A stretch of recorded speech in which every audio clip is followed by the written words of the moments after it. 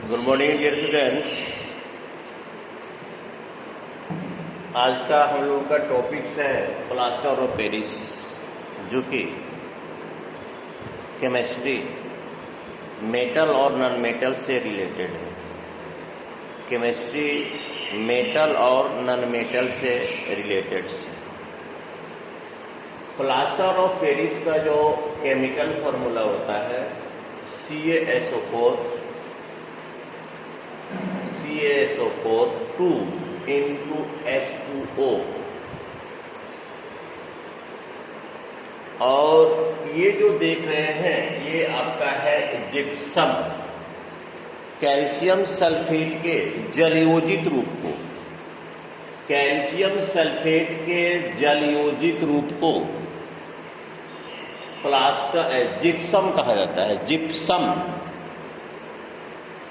और जब हम प्लास्टर ऑफ पेरिस बनाते हैं तो जल की मात्रा बहुत कम हो जाती है, उसको कहते हैं हेमी हाइड्रेटेड। इसमें जल की मात्रा कम हो जाती है, अधिकांश जल उत्सर्जित हो जाता है, अधिकांश जल आपका उत्सर्जित हो जाता है। ये हो गया कैल्शियम सल्फेट का हेमी हाइड्रेट रूप, जल की कम मात्रा का होना, जल के कम मात्रा का होना। ये कैल्शियम सल्फेट का अर्ध जलयोजित रूप है और ये पूर्ण जलयोजित रूप है। ये कैल्शियम सल्फेट का पूर्ण जलयोजित रूप है और यह अर्ध जलयोजित रूप है।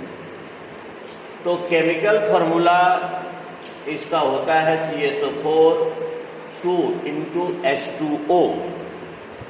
ये हो गया प्लास्टर ऑफ पेरिस का जो सूत्र होता है वह जल का अर्ध जलयोजित रूप होता है। उसमें जल की मात्रा कम होती है, जिसके कारण यह भुरभुरा रवादार व्हाइट कलर का पाउडर होता है। और इसे हमेशा अनाद्र कंटेनर में ही रखते हैं और पैक करके, ताकि इसका संपर्क मॉइस्चर से नहीं हो सके। जब इसका संपर्क मॉइस्चर से हो जाएगा तो पुनः वह जिप्सम में कन्वर्ट हो जाएगा, जो अत्यंत ही हार्ड हो जाएगा और उसका यूज करना संभव नहीं हो पाएगा। तो डियर स्टूडेंट्स, एक और नाम आप सुने होंगे, नीला थोथा। प्राय लोग पूछ बैठते हैं कि नीला थोथा का सूत्र क्या होता है। नीला थोथा का सूत्र क्या होता है? कॉपर सल्फेट के पेंटाहाइड्रेटेड रूप को, कॉपर सल्फेट के पेंटाहाइड्रेटेड रूप को हम लोग नीला थोथा कहते हैं। नीला थोथा यानी कॉपर सल्फेट का एक्वा सॉल्यूशन, कॉपर सल्फेट का एक्वा सॉल्यूशन नीला थोथा कहलाता है। कॉपर सल्फेट का पेंटाहाइड्रेटेड रूप, कॉपर सल्फेट का पेंटाहाइड्रेटेड रूप फॉर्म नीला थोथा। इट इज कॉल्ड नीला थोथा, इट इज कॉल्ड नीला थोथा। ये आपका जिप्सम है। जिप्सम प्लास्टर ऑफ पेरिस को बनाने के लिए हम लोग जिप्सम को 120 डिग्री सेल्सियस पर गर्म करते हैं। प्लास्टर ऑफ पेरिस को बनाने के लिए जिप्सम को 120 डिग्री सेल्सियस पर गर्म करते हैं, तो इसमें से अधिकांश जल उत्सर्जित हो जाता है। इसमें से जिप्सम में से अधिकांश जल उत्सर्जित हो जाता है। बचता है क्या भाई? कैल्शियम सल्फेट का अर्ध जलयोजित रूप बचता है। ऐसे सेमी हाइड्रेट कैल्शियम सल्फेट का अर्ध जलयोजित रूप बचता है। जो पूर्ण फॉर्म में जो जल था उसमें काफी कमी आ जाती है। जब हमारे शल्य चिकित्सक इसको बैंडेज में यूज जब करते हैं तो जो जल हमने बाय हीटेड इसमें जो डिहाइड्रेट किया उस जल को उस पाउडर में मिलाते जाते हैं और बैंडेज दोनों को मिलाकर बैंडेज करते चले जाते हैं। यह जो जल कमी हुआ है, रिड्यूस हुआ है, इसको हमारे चिकित्सक लोग क्या करते हैं, डालकर पूर्ति कर देते हैं और पुनः क्या बन जाता है, जिप्सम बन जाता है, जो कि अत्यंत ही हार्ड, कठोर हो जाता है। हमारे जो शरीर मान लेते हैं फ्रैक्चर्स हुआ है या क्रैक हुआ है, उसको प्री फॉर्म में लाकर उस पर चिकित्सक लोग प्लास्टर और पेरिस कोटेड कर देते हैं बैंड के, मतलब कप क्लॉथ के साथ, बैंडेज के क्लॉथ के साथ उसे कोटेड कर देते हैं।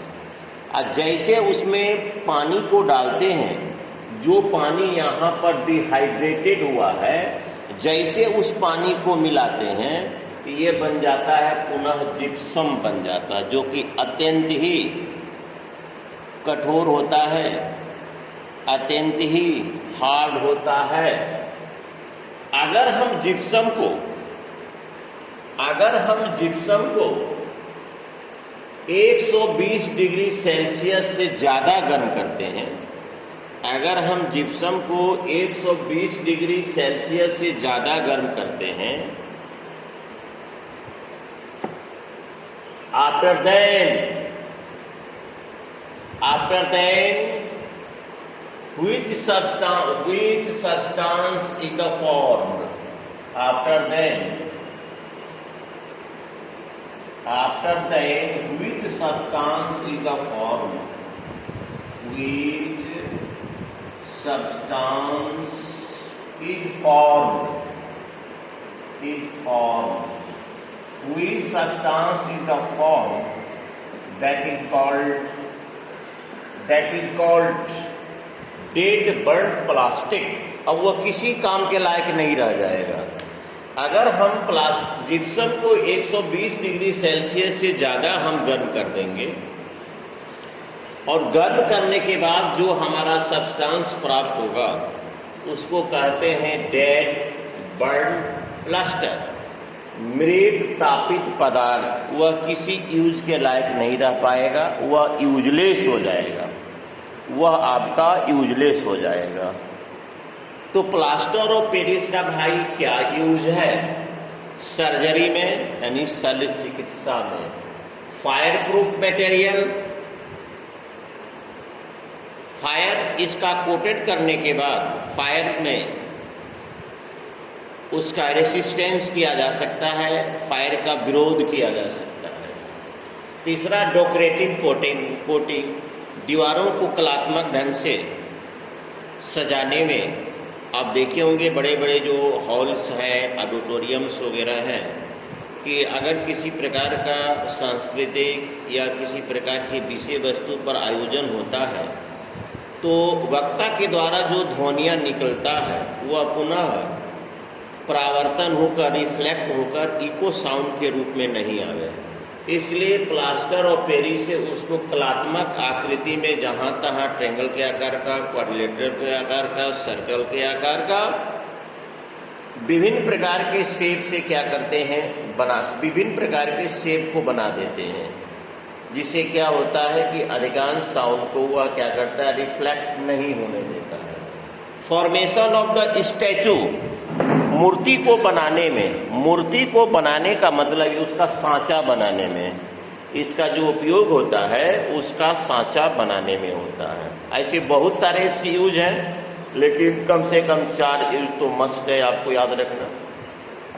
अगर एग्जामिनेशन में देता है right the 2 applications of the plaster of Paris, या प्रयोगशाला में प्लास्टर ऑफ पेरिस को कैसे हम बनाते हैं, तो सबसे पहले केमिकल फॉर्मूला तो यहाँ मैंने लिख दिया है, और नीला थोथा के बारे में इसलिए लिखा कि प्रायः आपसे लोग सवाल किया करते हैं कि भाई केमिस्ट्री आप पढ़ते हैं, क्लास 10 के स्टूडेंट्स हैं, तो आप ये बताइए कि नीला थोथा का सूत्र।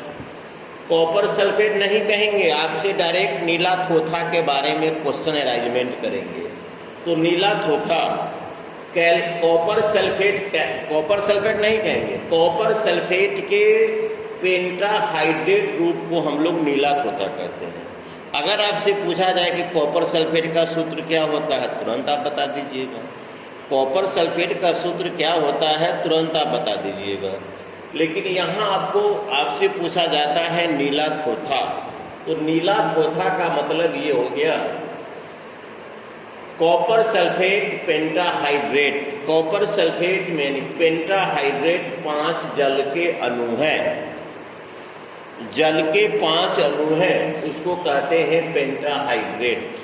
जब हम लोग जिप्सम को 120 डिग्री सेल्सियस पर गर्म करते हैं तो कैल्शियम सल्फेट का अर्ध जलयोजित रूप प्राप्त होता है और जल की अधिकांश मात्रा, मॉइस्चर की अधिकांश मात्रा निकल जाता है। यह जो आप देख रहे हैं कैल्शियम सल्फेट का अर्ध जलयोजित रूप व्हाइट कलर का होता है, क्रिस्टल टाइप का होता है, दानेदार होता है, रवा के रूप में होता है, यानी पाउडर के रूप में होता है। अब इसे जब चिकित्सक शल्य चिकित्सा में बैंडेज पर कोटेड करने का जब प्रयास करता है तो इसी जल को पुनः उसमें डाल देता है, इसी जल को पुनः इसमें डाल देता है, तो फिर वह जिप्सम बन जाता है। जिप्सम अत्यंत कठोर, सूख जाने के बाद अत्यंत कठोर हार्डनेस हो जाता है। नतीजा ये होता है कि फ्री फॉर्म में चिकित्सक हमारे आर्गन को करके उस पर प्लास्टर ऑफ पेरिस को कोटेड करके जब उसमें जल मिलाता है तो पुनः वह जिप्सम में कन्वर्ट हो जाता है। अगर हम जिप्सम को 120 डिग्री सेल्सियस से ज़्यादा पर गर्म करते हैं तो वह किसी लायक नहीं रहेगा, यूजलेस रहेगा, वह यूजलेस रहेगा। इसको हम लोग कहते हैं डेड बर्न्ड प्लास्टर, मृत तापित पदार्थ। इसका यूजेज क्या है? Surgery, fire proof materials, decoratives, coatings of the walls. Number 4 है आपका फॉर्मेशन ऑफ स्टेचू। स्टेचू को बनाने में, स्टेचू के सांचा को बनाने में भी इसका उपयोग होता है। Thank you dear students. आज के टॉपिक्स में इतना तक ही, फिर नेक्स्ट डे किसी न किसी टॉपिक्स को मैं डालते रहूँगा, क्योंकि समय भी अपने चाल से अनवरत गति से निकलते जा रहा है। आज जो आगामी 2022 की जो सीबीएसई बोर्ड की परीक्षाएं होगी, हो सकता है अपने पूर्व निर्धारित समय पर ही हो। चलिए, स्वस्थ रहिए, सुरक्षित रहिए। Thank you very much.